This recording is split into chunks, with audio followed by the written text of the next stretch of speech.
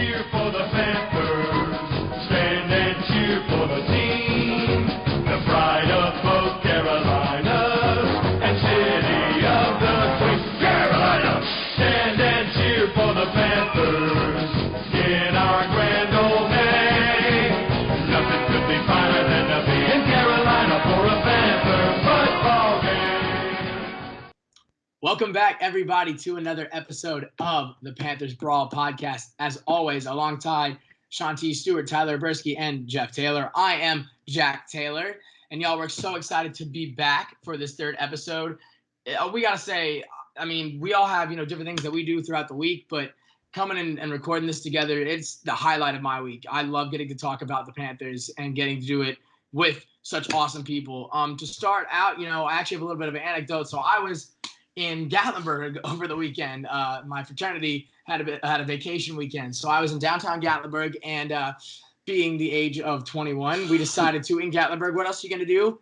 Drink moonshine. So we went to Old Smoky Moonshine Brewery. I'm so proud. It was fantastic. We had 16 different flavors. It was like there was pickles infused in moonshine. I bought a jar of maraschino cherries that were infused in moonshine. It was 100 proof. That hurt. That stuff. There was one called Blue Fire. It was 140 proof. I didn't know that existed. And then it had the best one was s'mores. Sounds like death. The best one was s'mores moonshine. It tasted literally like s'mores. Then, of course, what's the one flavor that I wouldn't think would exist for moonshine? There's peanut butter moonshine. All right. So I couldn't drink it. And the guy, he luckily gave me he let me taste other ones because he was like, if you don't like, I put my hand over it. I was like, I can't. He was like, what? You don't like peanut butter? I was like, I'm allergic to peanuts. I can't drink that. But so I walk into the moonshine place. This is before we started, and I'm looking around, and I see tall black man wearing a Panthers beanie and one of the white Super Bowl 50 jackets. Not one of the ones that you could just buy, but one of those ones we got for Media Week. You would see all the players. They had the gold 50 logo on it. And I was like, huh, that's cool. But I didn't recognize him. I was like, I don't know who that is. And then I look to his left, and I see a short, stout black man, looks shaped like a bowling ball. And I went, Mike? And he kind of looks around, and I was like, Mike Tolbert. And he goes, yo, what's up? And I was wearing my Christian McCaffrey jersey, you guys, and my Panthers beanie. So I come up and I dap him up, and I'm like, yo, like, what are you doing here? He's like, I'm on vacation with my family. And so I didn't want to hound him. I tried thinking about asking him to come on the podcast, but he was on vacation, so I decided not to. But basically I said, look, man, you did so much for the city of Charlotte. You were so much fun to watch in those 5 years. 4 or 5 years, however long he was on the team. Maybe I was there for a good minute. I think my was about 5. Honestly, but I was like, you brought back, energy to the fullback position. And I thought it was really cool seeing there. And honestly, it was also cool because the reason I recognized him, I looked at my phone, I had taken a picture with Mike Tolbert in junior year of high school. We got on-field passes to the NFC wildcard game against the Cardinals the first time back in 2014. So we were walking around doing warm-ups. And like we talked about last week, Jeff, when we met Luke and got pictures with him, this was a really good day. We got a little bit later, Tolbert was practicing near that area. The lineman and the fullback would practice in the corner of the end zone for pregame warmups. And so Tolbert was running around, and I asked for a picture, and wasn't that much shorter than him, so that was funny. But that was something that's been cool about living in Charlotte and knowing someone in the media business because, Jeff, as you know, we have gone a couple pregame passes for a couple games. And talk a little bit about, what that's been like. It's been really cool. I did television for almost 15 years, and being a sportscaster, you get the chances to do those things. But occasionally you get the chance to go while you're not doing your job. You get to know people. A guy named Charlie Dayton, who was the head of the PR for the Panthers. I got to know him while I worked NASCAR and got to know Charlie. So I reached out to him 3 or 4 times. So, we got to see we've been on the field, I think, twice for the Panthers. My youngest, Nate's a Seahawks fan. So when the Seahawks came to town, he got on the field and got pictures with, Russell Wilson and Richard Sherman. It's all cool. And then last year, the Patriots came for the preseason, and Will, my middle one, loves the Patriots. So we got on the field with the Patriots, and that was cool. And then, of course, for me, being here in Carolina, but being a Titans fan, this past season, I got on the field. I've been on the field a couple times when the Titans have been in town. So just to be on that field, feel that energy, and see how, number one, how big these guys are, and how fast they truly are. It's been really cool. So one of the blessings of doing media that I did in the past was getting a chance to do that, and it's been really cool. But one other cool thing, and Jack, I'm going off record here. I don't know if you guys knew it or not, but this young man, Tyler, announced today that he is going to continue playing football at John Carroll University. Oh, That's awesome, man. Yeah. So just decided That's today, so dope, dude. Attaboy. Yeah, I didn't know if you guys saw or not, but I can't relate to the moonshine story obviously because I'm just committing to a college, but I think it's the right fit for me, and the reason it actually kind of relates to the podcast is they have actually 3 general managers in the NFL right now. 3 out of 32 went to John Carroll, so that's kind of where I'm interested in, and they have a lot of coaching relationships, so I'm excited to continue there and also play football there too. And really, awesome. One cool thing is inside the trade, baby. Yeah, inside the trade. We will have a general manager on the podcast. Do it. And the stadium is actually named after Don Shula. He went there. Yeah. Really? Shula went Josh there. McDaniels went there. Yep. But not Jimmy Greg- Clausen. No, unfortunately not. They wear the same colors as Notre Dame, kind of, so you can count it. Congrats, man. Good job. Yeah, Awesome. thank you. Congratulations. Thanks a lot. Thank you. Where's that at? Where's that located? It's just outside of Cleveland. Yeah. Okay. Yeah. Well, see, we got all that football knowledge coming from him because he's still getting to use it for himself. So Sorry. talking about that's so cool because that's a different experience than we've had. I mean, you have actually 2 college athletes right here on the screen because little known fact, but Jeff, you kicked for Randolph-Macon College in Virginia, tiniest school you'll ever have heard of, but so you understand the feeling of getting to play football in college. Right, absolutely. People can say what they want, Division I, Division II, Division III, but the one thing we'll get to say is that we played college football, and if you do that, it's a great experience. No matter what level you're at, to get out on that football field, if you love it, it's something worthwhile. Tyler's going to be playing safety. Ooh, all right. I did not know you was a defensive back. There we go. Oh, yeah. I play a little football in college myself. Yeah. We actually drove by North Greenville on the way to get Really? to. I saw like 2 signs for it, and I was like, yo, North Greenville, because it was on the going up whatever interstate that was. Hey, I mean, I played cornerback in high school. I sucked at it, but I played. On his DV, yeah. I did play. I played a couple games in JV, and then the concussion, and then Ricky Prohl's son, Blake Prohl, took my position, the youngest. So I didn't play after that. But all right, so moving on, getting back on track. But that is awesome, Tyler. Congrats so much. Yeah, thank you. I would give anything to play football again. I think we all would. Yes. So you keep living that dream, and we'll live vicariously through you. Will But so we're talking. Like I said, going back to Mike Tolbert.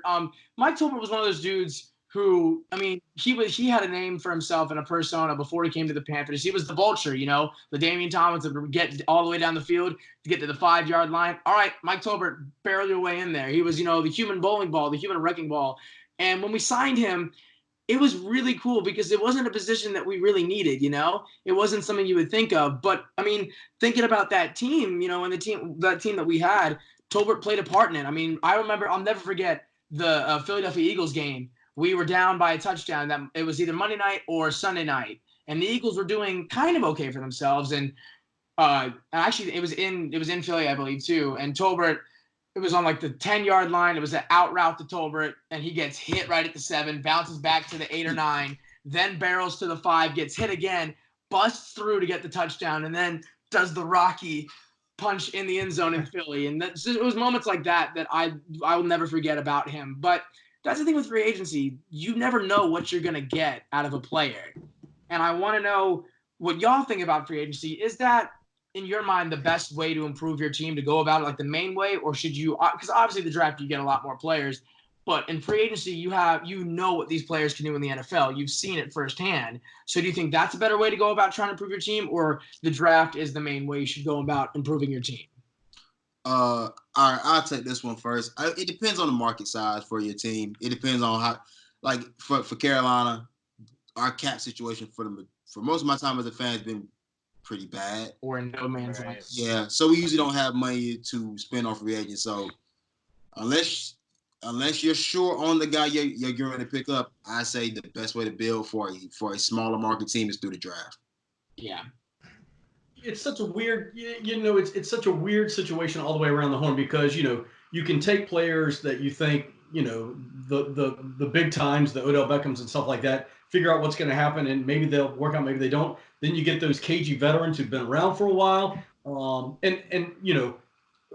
stick with kind of the team that I watch a lot of times and have been a fan of forever, Ryan Tannehill. I mean, who would have thought Ryan Tannehill would have had the season he had? And I think what's interesting when it comes to free agent, I think it's a great way to build your team, and it's a great way to build excitement, because right now we're going to look at March and go, who are the free agents? So we're already looking toward that. So I think it's just finding that gem, that one person who can do it. And you've seen big time players do it. You've seen cagey veterans do it. It's a crapshoot. And it's interesting you say that, because it seems to like happen where you have a lot of these times. It's about, you said, like either proving yourself or cagey veterans, where you have some players that you have players like Odell Beckham who have obviously proven themselves and are huge talents. But then, as we saw this last year, he was not utilized very well at all. And that was that was the biggest signing in a while, honestly. Not even last year, but the last 2-3 years, because he was such a superstar. It was almost like, and I'm not going to compare him to LeBron, but I'm at, that kind of same feel for the NFL. Yeah. The only thing that might have been bigger was maybe, Peyton Manning leaving the Colts and going to the Broncos, because that was just, we thought Peyton was going to die with the Colts. And the only thing that could be bigger is if Tom Brady were to leave. Now, and Tom Brady's honestly really weird, because he's kind of in both categories. Not only is he the superstar that, has a lot of potential, but then could also fall through, but he's also an old veteran that still has something to prove, but might be washed up towards the end of his career. And I think it's something like, it's kind of like when we took in Jeremy Shockey and Greg Olsen.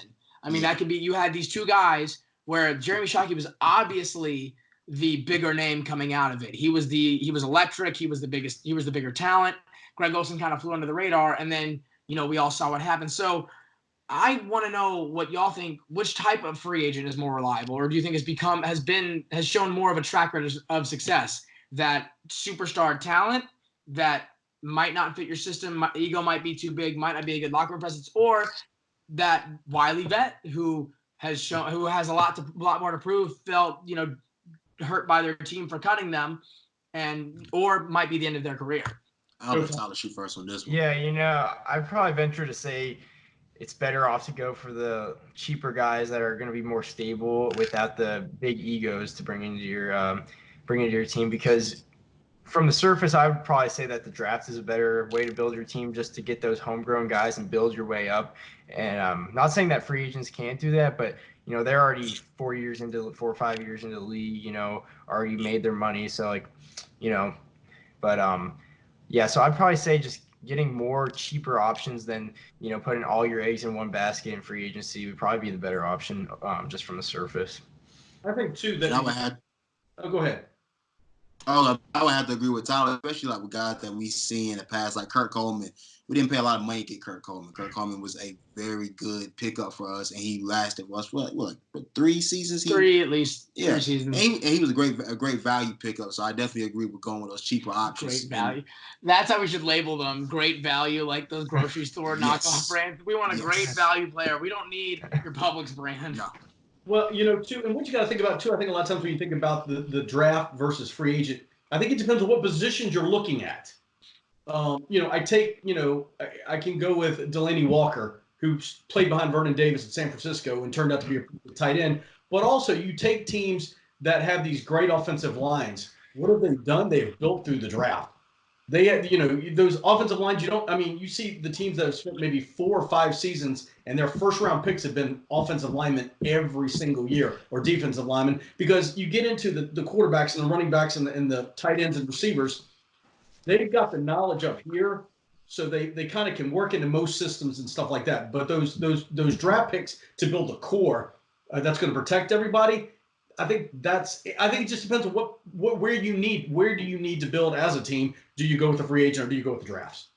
And it's funny that you mentioned that, and it's something that it's a little off topic, but I want to bring up because I saw it on Twitter today, where there was a Panthers fan who was going kind of back and forth with I don't know if it was a Dallas fan or not, but talking about comparing Cam and Dak Prescott, which I'm not even going to entertain that comparison because and they were saying that Cam had been trash since 2015.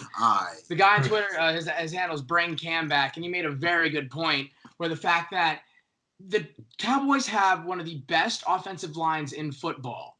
They have some of the best weapons with Amari Cooper and Zeke, and you still can't beat teams with winning records. You still are going 8-8 and having even more trash, as far as his percentages.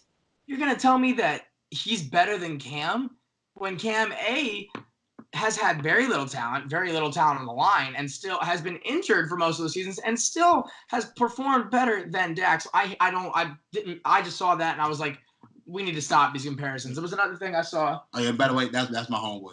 Oh, really? Hey, Chris Layamine, I'll give him a shout out when the episode drops. Yeah, that's my homeboy that said that. Well, he's very smart because I saw that and I was like, yes, that, and I hate those comparisons because Cam gets those comparisons. I don't know if y'all saw on Twitter too. It was the picture of Mahomes diving for the fumble in the Super Bowl, and they were like, "Oh, that's a real hero because he dove for it." And it was like, no, Cam had two offensive linemen and a defensive lineman near there. Mahomes had nobody, and then Mahomes threw a pick the next play. So it didn't mean anything for the game. I don't like that Cam it's very aggravating. So let's play this out a little bit since you went down this road for a second. You talk about free agency versus draft. Mm-hmm. So obviously David Tepper came out yesterday and said, I need to see him healthy. Yeah. And then we'll make up our minds. And I'm still, what's not being said to me is speaking volumes. Mm-hmm. And so you guys is this, and we can change the rundown a little bit here and stuff. If Cam is gone, where do you want to go? Do you want to go free agent? Or do you want to go draft? Oh, blow the whole thing up. He's going to the draft. Blow it up. I'm not with just because there's no free agent. Yeah, there's no free agent I would want that's out there. And I really honestly the only one I do want, and I don't think it would work. It might work in our system because he might turn to a pro style offense. Would be Tannehill because he's the only one right now that would be work. I don't think he would take a whole lot of money, honestly. Oh, you know what? I forgot. You know what? If Alex Smith is still out there. He got a bad rap. And if he's healthy, completely healthy, Alex Smith. But does he have a leg? I don't. I don't know. Leg is healed, but I didn't mean to go off topic. He's making more than Cam right now. Alex Smith? Alex Smith's making more than Cam right now. Who's paying him? Washington. I thought honest to God, I thought they cut him. Alex Smith always got a bad rap because he led that team to the Super Bowl. He made that team what it was, and then Cap came in. And honestly, I think if Alex Smith played in that Super Bowl, they beat the Ravens. I think he was a fire quarterback, and I think he didn't perform very well with the Chiefs because they didn't have very many weapons on the Chiefs. But the 49ers had weapons. Honestly, and so we saw, with Tepper, and that's something maybe we can even go into deep detail with. I think it's not a fault of Tepper. I think this is Hurney. He pushed out Smitty. He pushed out D'Angelo Williams. And I think it's the reason. There's a reason why Greg, Khalil, and TD have all not retired, but have gone to different teams. Because I think Greg has realized that because I think Hurney pushes them away. And you saw what TD said on, was it First Take or was it ESPN? It was on NFL Network. NFL Network. One of their programs. And that honestly kind of broke my heart a little bit. Yeah. I'm not going to lie, because when TD says that the best thing for Cam is to leave the Panthers, how do you argue that? And I don't know what if now Tepper said if Cam's healthy, yes, we want him. That's a different ballgame. But the fact that he said if he's healthy, then we'll see. Nah, I wouldn't. But the problem with it is this. We are at February, whatever, middle of February or something. He knows daggone good and well right now whether Cam is healthy. There's no way that he doesn't. I'm sure Cam is, or whoever sat down and said, listen, I'm good to go. Let's do this. And so there's just this kind of, and you listen to talk radio here in Charlotte and stuff. That's all they ever talk about is the silence that's being front office. And every time they say it's well to wait and see. I don't know what Tyler has to say down there. Yeah, for me, with the quarterback situation, and we move on from Cam, say we do that. I say we just, people aren't going to want to hear this. I say we just blow it up for a year. It's better to me to do that than to get a guy like, I don't know, Ryan Tannehill or someone for a year and go 8-8, 7-9, and kind of put yourself out of the way to get a quarterback. If you just, suck for a year like the Bills did, they got Josh Allen, you get a high pick. I mean, there's a good quarterback class next year with Justin Fields and Trevor Lawrence. So, that could be an option too. I mean, you got to be patient with it, but I mean, we'll see what they do.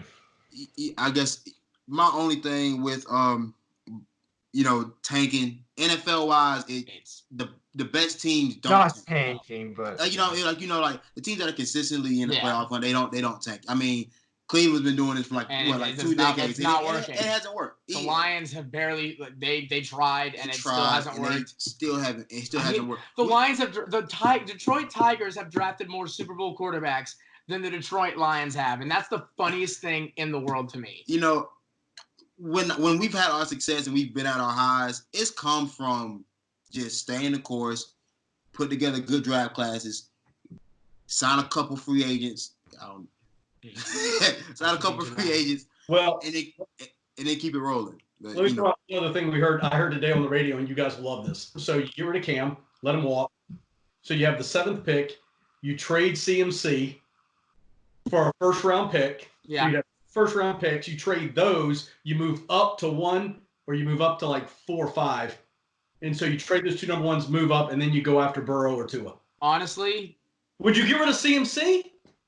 You can't give the quarterback nothing. Only because the only reason I even think about it is because if we don't get rid of if Cam goes and we go into blow-up mode, then what we have created in ourselves is another Kemba situation where we have a player who is the best at his position, and we're wasting his talent and not letting him succeed. And he will not be able to carry this team by himself. So if that means we have to get a rookie quarterback so that we can rebuild the team, then yes, send McCaffrey to someone that needs a running back. Seattle. Send him to Seattle. I don't care. Let him win a Super Bowl with them. Honestly, because I don't want to. CMC is a 1 in a million talent. You do not get guys like him, and I do not want to have another Kemba on our hands. That's a great analogy. I never even thought about the Kemba take, but that's a fantastic take. It's what it would be, because you see, oh my God, I'm going to change gears, but did you see a reporter asked Kemba if the Celtics, I think it was Celtics-Raptors game, felt like a playoff game, and he goes, you're asking the wrong guy about playoffs. And that, I cried, and I died inside a little bit. But when talking about Cam, honestly, there is a Newton that I want out of Carolina. And I say this with a heavy heart because I've met the man multiple times, especially over the summer. He's a nice guy. But after what he wrote about what the Panthers should do in the offseason, where we sign Teddy Bridgewater, but then trade up and then take Tua with the 7th pick. Right. I'm sorry, but that's just A, bad analyzation, and B, that's just bad. That's not good strategy, because why would you draft Tua with Cam on the roster? You can do that, because why would you sign Teddy and draft Tua, then you create a quarterback, you create this, competition where one of them's not starting, but you're paying Teddy starter money, because he's going to want starter money because he's a starter. And not only that, not only that, can people quit using Teddy as a bridge quarterback between him and the next guy? And if Teddy was on the Vikings the year that they played the Eagles, they would have beaten the Eagles and gone to that Super Bowl, because the Eagles were, that Vikings team trash, and I get Casey Keenum did kind of well. He did well enough.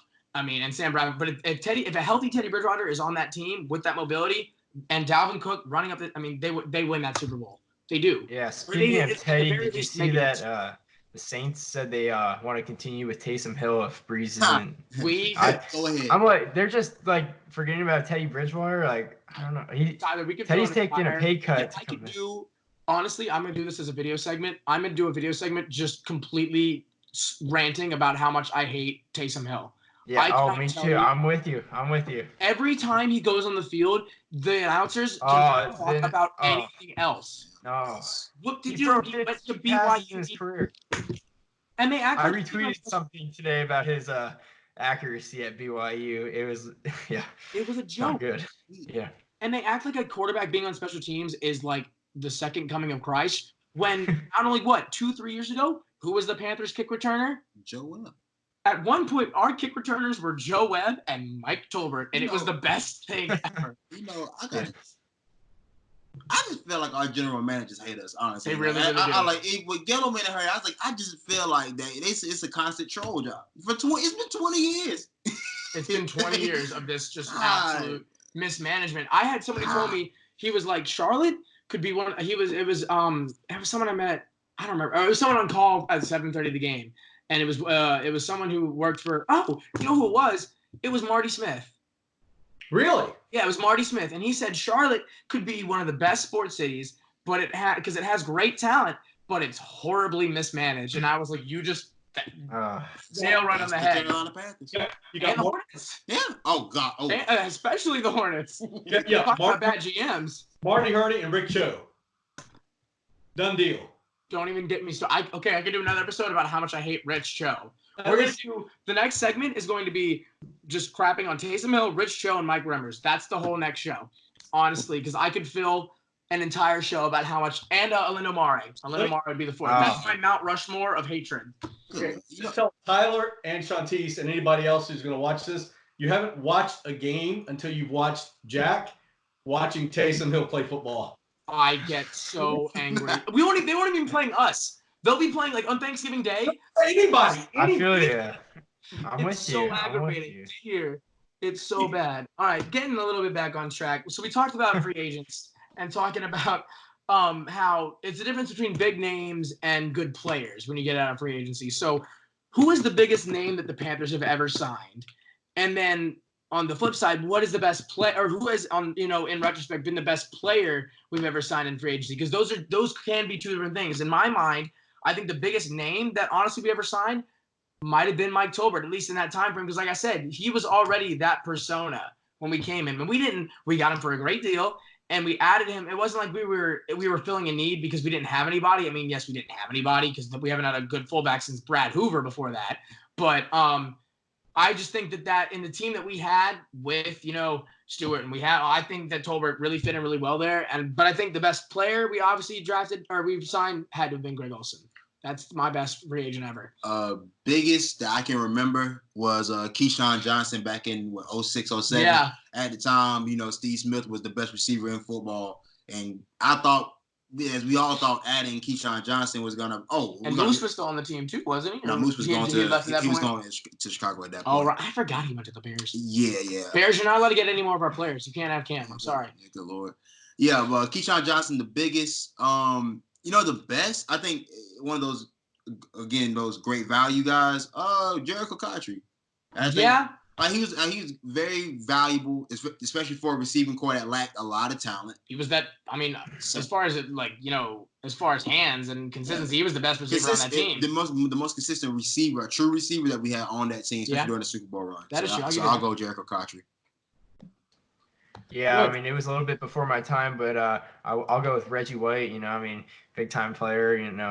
Packers, Eagles, Hall of Famer. Comes to Carolina. Everyone knew the name, but I don't know how effective he was in his time, despite him being at the end of his career there. But yeah. I take it. And then the best player. That's definitely the biggest. Best player. Also had to dig deep for this one too. Is before my time, Ricky Prohl. I mean, he was a good player too, and then also extended his time, after a player as a coach with the Panthers. So, I mean, I think that's huge just for the culture and legacy of the team.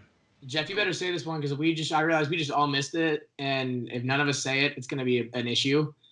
Because he wasn't at least for best player, maybe not biggest name, but you understand what we just missed, or maybe you don't. Let's see what Jeff says. What are your two? Don't put any thought. I was going to go. Obviously the biggest name. Yeah. I was going to actually go Reggie White. Okay.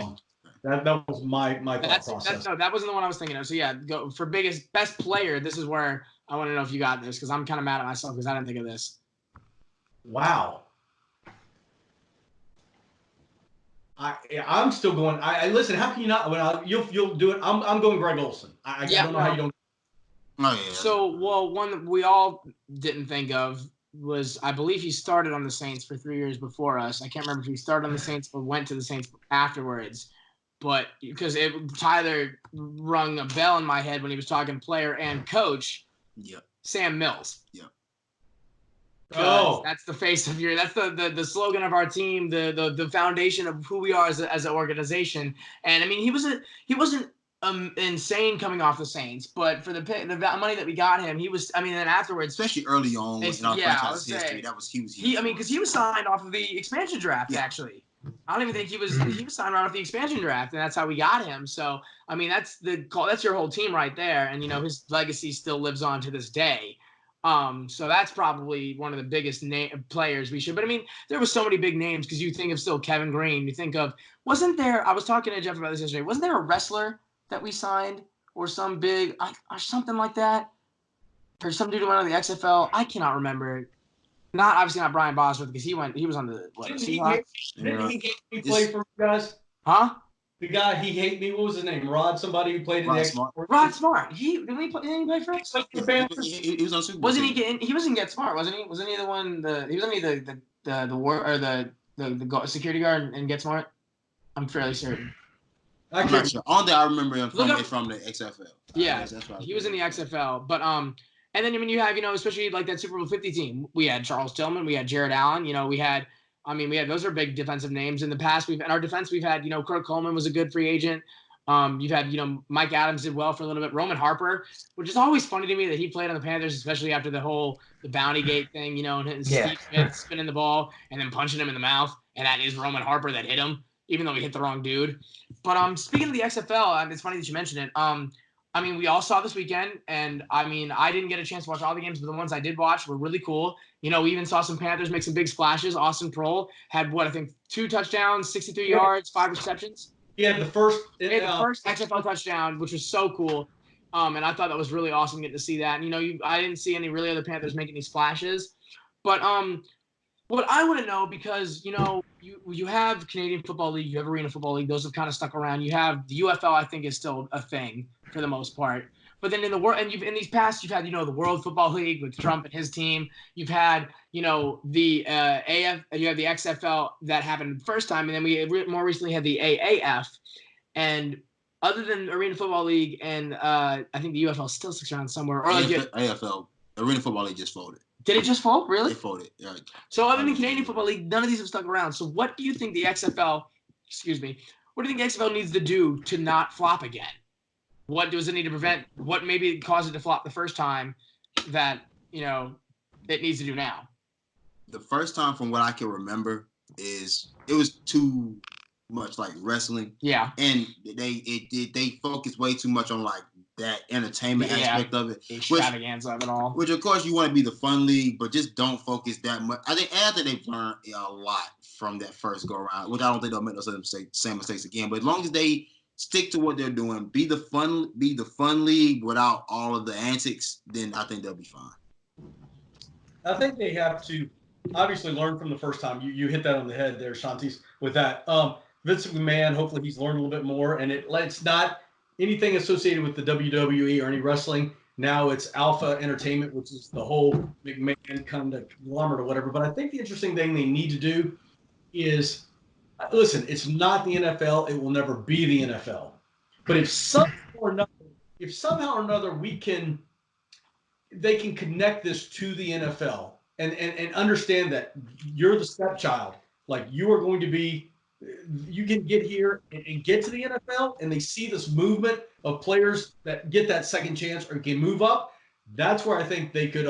That's where I think it works. Is if somehow or another make sure they latch on to the NFL and figure out a way to. Guys are living their dreams and being able to chance to move up or get that second chance. Yeah, I think Jeff hit it right on the head with the they know they're not going to be the NFL, and I like how they kind of just have gone their separate way. You can kind of see that because the NFL, they have to be all official and everything. But we've seen with the XFL, we got guys dropping F-bombs on the sidelines and everything like that. So I think that's good for them. But indirectly, I think it needs to be some sort of relationship with the NFL and some sort of feeder to get guys to, maybe get some more reps to show themselves, to get into a camp, to get onto a roster, And it's pretty cool just to see all the background stories and where these guys have gone. There was some guy, there's a receiver, I don't know who, he was on like 6 different teams, and yeah, he was just a lot of journeymen in the league. But I think first week was pretty good, I thought. Yeah, I think that definitely it has room to grow, and I think it'll be interesting to see how it continues. I think it could be cool, and if it's successful enough, I always hope, because they still always talk about, there was all that talk with the AAF when the AAF was a thing and hopefully successful. that they were trying to expand, where they would take 4 teams from the AAF and have 4 international teams and create 2 new divisions, the NFC Central and the AFC International. I don't know how that would work, because especially also, can we thank God that we're not the Jaguars and we don't have 25% of our home games in London, because that would be awful. Yeah, they're moving that team. Oh, 100%. They're like, taking I that team out don't of know why Jacksonville. they keep fighting that, but that's the only team that keeps having to go to London. They're kicking them out 100%. And I think they're trying to make this move because they've been talking about having 2 teams in London, a team in Mexico, and a team in Canada, because the NFL is the only major, any of the major of the big 4 that don't have a team in Canada. But regardless, and I think it was really cool. I think some of the things that they have brought to the XFL, the updated kickoff rule, the live mics on the field, the transparency. I think the transparency with the reviews is going to be something that's huge. Yeah. That, we didn't get to see it showcased a whole lot because there wasn't a whole lot of areas to bring it up. Mm-hmm. But that's going to be, I think you can see that being adapted in the NFL. So what are some of the unique rules that y'all like? What do you think they have? What do you think about them? I guess one for me, it's not really a rule, but just something they do is the interviewing guys in game. I think just totally just breaking the mold of just, okay, we gotta wait till halftime to get it, or for a player you gotta wait to the end of the game. No. You messed up. Let me holler at you real quick. Hey, you want to tell me how you did it? Call you out right now. Oh yeah, facts. I like it. It's the fun league. Be fun. Be as extravagant as you want to, as far as in that space. I personally like the and it's the college rule, and I'm pretty sure it was with the XFL. I like the 1 foot down. Yeah. You can make an acrobatic catch and make some insane catches that have happened in the NFL, but they've been ruled out because you only had 1 foot down. Oh, come on. So I think that to me is fantastic. I didn't like the idea of not having any extra points, but I'm a former kicker, so you can't kick an extra point. Yeah. But then the 1 point play, 2 point play, 3 point play is kind of interesting. It was interesting. I still think, kick the field goal or kick the extra point, let them do it. Maybe you could move it back and let the extra point be, depending on how far you kick it from. Mm-hmm. Who knows? But I still think from Pop Warner to middle school to high school to college, 1 foot in bounds is what you need. Well, so then, Jeff, real quick, what did you think about the kickoff rule that they have where no one can move until the receiver catches the ball? Well, and plus they're lined up 5 yards apart. Yeah. So they were lined up 5 yards apart, and you can't hit each other until then. I'm surprised, to be honest with you, that more touchdowns, they didn't score, because you figure 5 yards and you get that running. Just block you don't have to find the guy. He's right there in front of you. Yeah. He's running downfield trying to figure out who to block. He's right there. I like that one because it's safer. It is a lot safer. You have people flying at you. Mm-hmm. Yeah, I'm a big fan of that. There'll be more guys getting further downfield. You would think. Yeah. And I think that's why they tried. I think that's why they did that too, to try and hopefully incite more kickoff returns, because that's the most exciting part of kickoffs, and I think that's what the NFL has been lacking with the kickoffs. They only had 1 touchback. Wow. The entire first weekend they had 1 touchback. I'd like to see it in the NFL, honestly, because that would revitalize. That would bring back the kicking, instead of just a bunch of touchbacks. I'd rather them do that than get rid of the kickoff altogether. Yeah, definitely. Mm-hmm. Yeah. What the AAF did, you start at the 25-yard. It does stop. Yeah, I didn't like that. Yeah. Mm-hmm. Definitely. Yeah. So, for me, though, the kickoff rule I really like. Just, in a league like that, I don't think you need to have all these head-on collisions, going at full speed. I don't think in any league you really need to. So I like that as an alternate. And if, it would look good for them if the NFL took something from their league and that was inspired by it. So I think that's what they're going for. I like how they had Pat McAfee on the sidelines, and of course the cameras, and I don't know if you guys saw, but a receiver had a catch, he got tackled, and the camera guy went onto the field with the camera, and he was got real up close to him, and they're hurrying up offense and right before the next play. It was pretty cool to see, but just overall, I kind of like how they're just being different.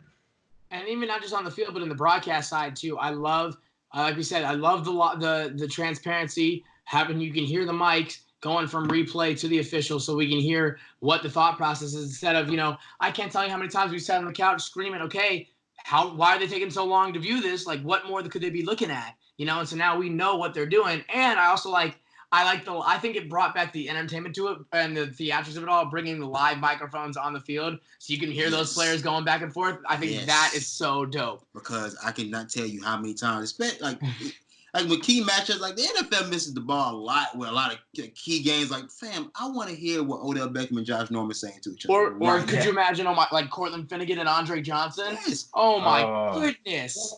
But you better believe the NFL's finna bite a lot of these new rules, and they did it the first time. A lot of this stuff the NFL has now came from the old XFL, so they'll bite this and they'll bite some of the style and change and throw maybe it. Hopefully even combine, and bring up that NFC Central, AFC, international, especially with St. Louis coming back into the market, because that was one of the cities they wanted to reach back out to. They should.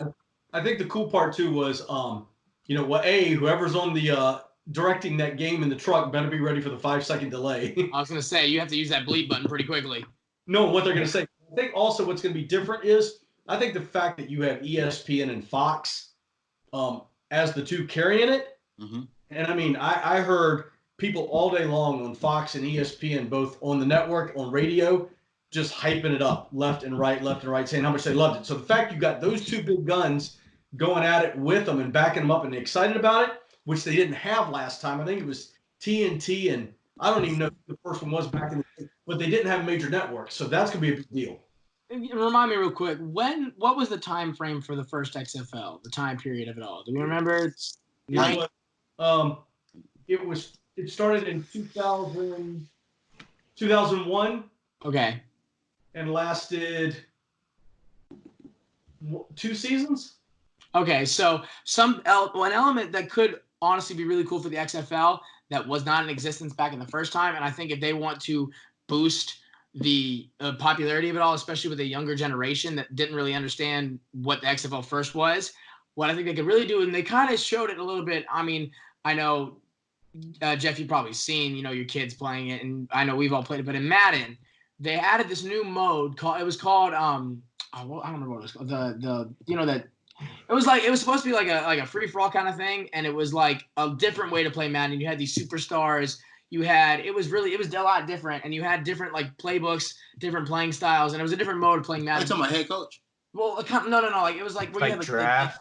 But like kind of like you could have like your coaches were like Odell Beckham or like Lil Yachty. No. I know exactly. You talking about Madden 20? On Madden 20, yeah, newest Madden. Very newest Madden. Like they just introduced it. Yeah, they just introduced it. And something that could be really cool is if they were to bring in the XFL as a mode on the Madden. Because you remember back in from 05 to 07, you had the Canadian League on there for a little while. And they had NFL Europe. They had NFL Europe, sure. So if you had the XFL on and then threw those rule changes and you made it like an XFL broadcast and you could play like an XFL game, that could boost your popularity a lot. You know what? I want them to just stick around for about 2 to 3 seasons before we see a game. Give it a chance. I was like, you could piggyback and you could have it on Madden, and then they could have their own game. Here's the thing: I honestly don't think Vince McMahon wants to. I think honestly, I don't actually want the XFL to even bridge into the NFL. Like, I want them to be their own separate thing. You don't think so? I mean, yeah. I don't ever want them to move to the fall. I want them to stay in the spring. Yeah. Stay where they're at, stay the course, and let's see if they can work on their own. And I just like football. I just like them being separate. Right? Yeah, I like them being separate brands. Well, see, I'm still a big. That's why I was such a big proponent of the AFF, because I really wanted to see. Honestly, the scheduling aspect of it would have been awful, especially for the AFC. Any teams that were playing the AFC International and having to go out. That's why if you had them all in the same division, then they would play each other twice a year. They would just be traveling. They'd be used to the travel anyway. Because then the cities they were talking about for the NFC Central were those teams, those markets that have lost the teams, because this would be St. Louis, San Diego, and then I think it was looking at Birmingham and Oklahoma City, because the Birmingham the Iron was really big market for the AAF, and and Oklahoma City for whatever reason is apparently a pretty big market in itself. So then you had 2 teams in London, because London loves the NFL, and then Toronto and New Mexico and Mexico City. I would have loved to see because if you can't like. The way it was weird, when the Panthers and the Texans and the Jags came out, because like they kind of came at different times. And yes, there was an expansion draft, but like not really. Now you couldn't do it to where you could just throw in one team, Yeah. If you threw in one team, you'd have to throw in 7 more teams. Right. And so they don't necessarily have to use the XFL to do that, but I would still at some point like to see the NFL expand a bit. I'm always a fan of more teams. You have a lot. Then you have that way you have a 5-team playoffs. So then you have 5 division leaders, and you have 3 wild cards, and your top 2 still have buys, and then you have an 8-team playoff, and I think that'd be cool. But I think it's there's a lot of potential for the XFL. I really enjoyed watching it, honestly, off the first. I mean, like I said, you can never have enough football, and I think especially in the spring and summer, I honestly had forgotten about it. I was like, oh, the XFL is back. Wait, we can still keep watching football. And that's another thing. The fact that ESPN and Fox are the ones carrying it, that's insane. That they have that and they've done this. And it's not some ESPN The Ocho thing. It's actual or ESPN2 even. It's ESPN. Like they're throwing that out because they want, and that's good for them too. They want that content. They lose a big part of their content when NFL shuts down. So then ended up our last segment talking about another the media. Just we are the media, but the media also hates us, especially as Panthers fans and as the Panthers. And if you hadn't seen it, it caused me to lose sleep. I had an aneurysm over it. But Bleacher Report, which I have been a huge fan of Bleacher Report. It's one of my favorite sports media outlets. I still love it. I'm not saying I don't, but I was hurt when I saw an article about their power rankings, which is also, now that I want to mention it, that was something really cool that Bleacher Report brought up, which had not been done before, really, was these power rankings. If you really think about it, like there was always standings, but power rankings weekly was not really a thing up until 2011, 2012 when Bleacher Report started doing it. So I think it's been cool, but they hurt me with this one. They had their way too early post Super Bowl 2020 rankings, and they put the Panthers at 31, only above the Cincinnati Bengals. And I'm sorry, but that is just insanely low. I mean, am I wrong? I think that's just the lowest thing I've ever seen, and it made me very, very mad because I think yes, the Panthers went 1-15 in 2 years, or they lost 15 games in 2 year span, but I still think they deserve a little bit more credit than that. But I might be wrong. What do y'all think? Yeah, definitely. 31, that's rough. The Dolphins, like, come on now. Like, there's got to be some more worse teams. After going through it in my head, I'd probably say we're around like 21, 22, 20 in that area. I mean, being honest, the thing is we're like competing for the playoffs a few years ago, and we have like a lot of the same guys, even though we do have this kind of like changing of the guard now. But I say like, obviously we're kind of in a lesser spot now than what we were, but I think we're in a better spot than a lot of these other teams, to be honest with you. I think it's a blessing in disguise, to be honest with you.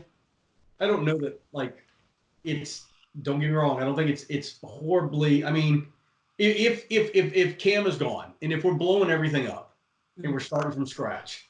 Yeah.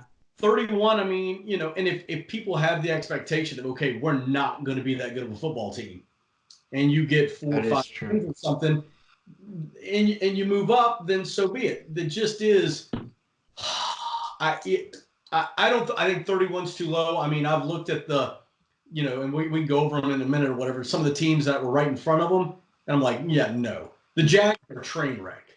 The Jags are, to me, the Bengals are better than the Jags. Yes. Jags are a train wreck. Yeah. And they will be a train wreck. But I think 31, I think they should be higher, but it may be a blessing in disguise, guys. I don't know. For me, my initial ranking was 17. I'm gonna move off of that. And I'm gonna have to agree with Tyler and Jeff. But he's moving like around that 20 range, like mid 20s, about 26, probably where I see him. Honestly, yeah, because of we don't know. There's a lot of I don't knows about this franchise right now. Until we get word on whether Cam's officially coming back, that's gonna change a lot. If Cam is back, yeah, I'll put us right at 20 with Cam being back. Now, what we do in free agency also changes a lot of things. My initial number was 17. We could get to 17 by the end of free agency. In my mind, depending on the moves that we make. If you blow it up, yeah, we'll 31. 31's not bad if what they consider was that we're not breaking Cam back. If they said, okay, Cam's not coming back, you're blowing the whole thing up. The 31 actually isn't too far off from like a realistic number. Yeah, so the teams they put ahead of us, like you were saying, Jeff, 30 was the Jacksonville Jaguars. I think we should be ahead of them. 29 was the Washington Redskins. I'm not a fan of the Redskins, and the fact that we've lost to them twice in the last 2 years is so upsetting. Honestly, that upsets me more than losing to the Falcons twice in the last 2 years. I mean, not really, but also yes. Because honestly, that weird span of 5-6 years in a row where we played the Redskins every year and we whooped them every year, but we still had to play them, and there was still all this smack talk beforehand. Regardless, 27 or 28, excuse me, was the Chargers. That one I can understand a bit. I mean, without Philip Rivers though, now with Philip Rivers I can understand. Without Philip Rivers, not so much.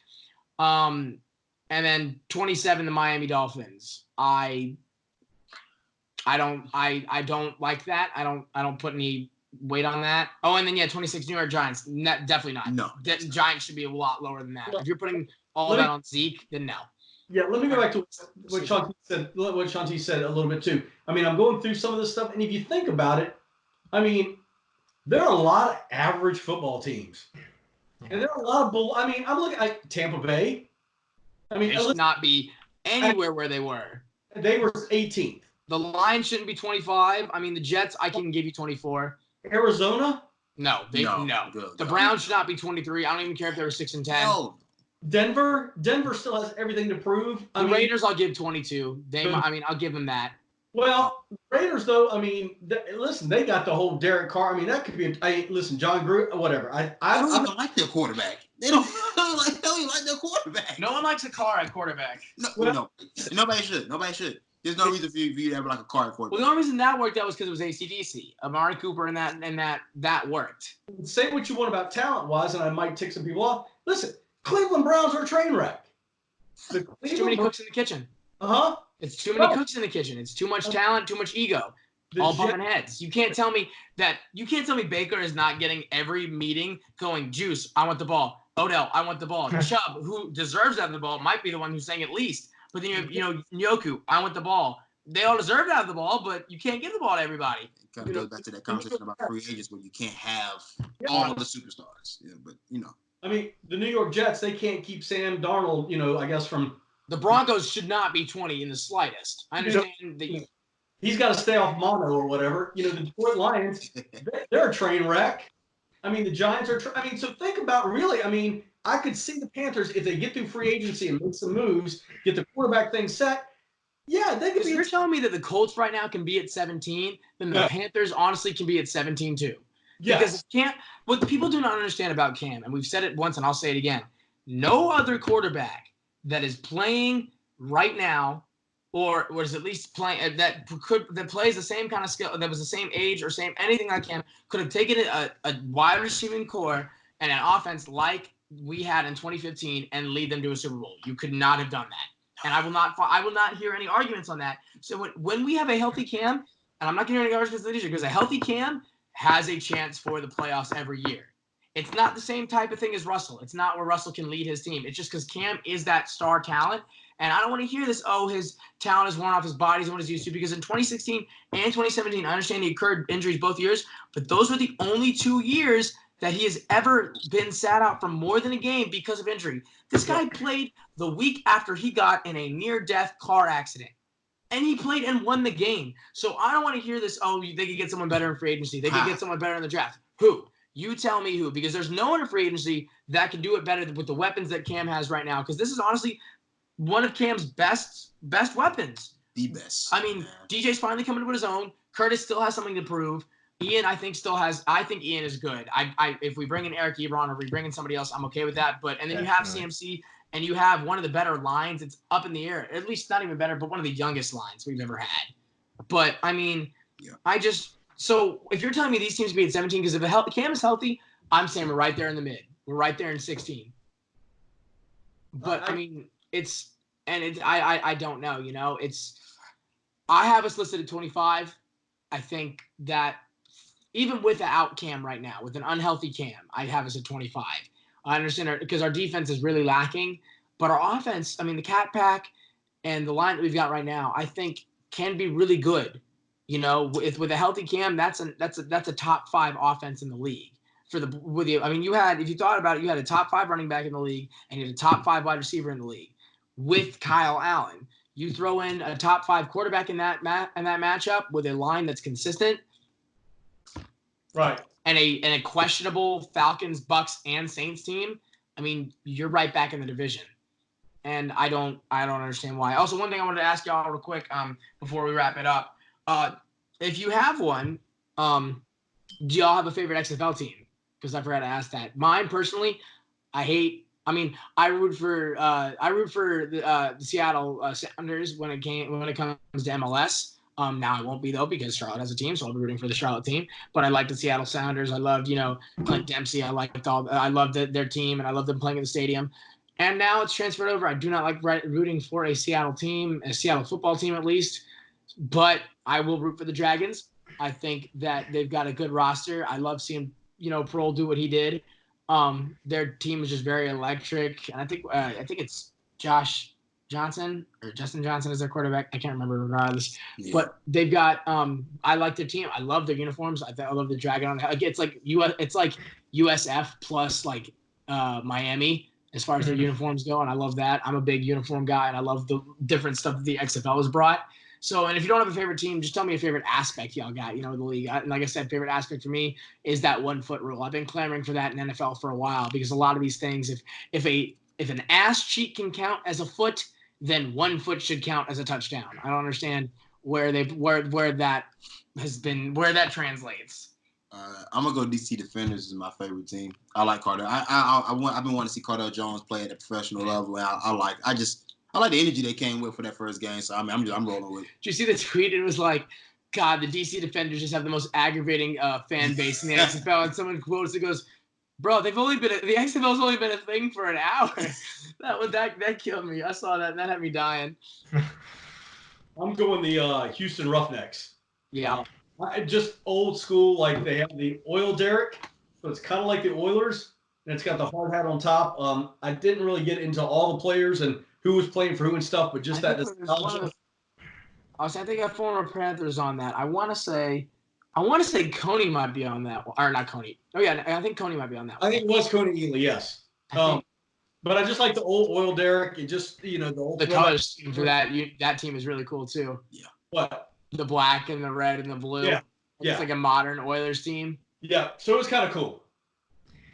Yeah, for me, longtime Dallas Renegades fan, picked them because Hal Mumme, the coach, he the father of the air raid, he worked with Mike Leach to develop it, and I think it's just fun to watch. And he's their offensive coordinator, and then Landry Jones, our quarterback, he was out week 1 with an injury, but I never thought I'd say it, but can't wait for him to come back off injury and watch him play. But we'll see this week. But did you not hear they're shopping Jimmy Clausen? They might sign him, so then you can get. Boy, I'd buy a jersey right away.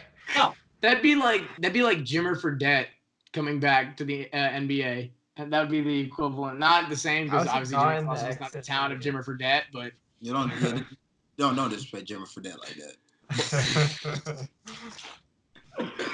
All right, Jeff, you got a kicker for us this week? Yeah, I do. Kind of a cool story for the Panthers. Back beginning of January, a pretty strong hurricane hit Kershaw County, South Carolina, completely kind of wiping out North Central High School.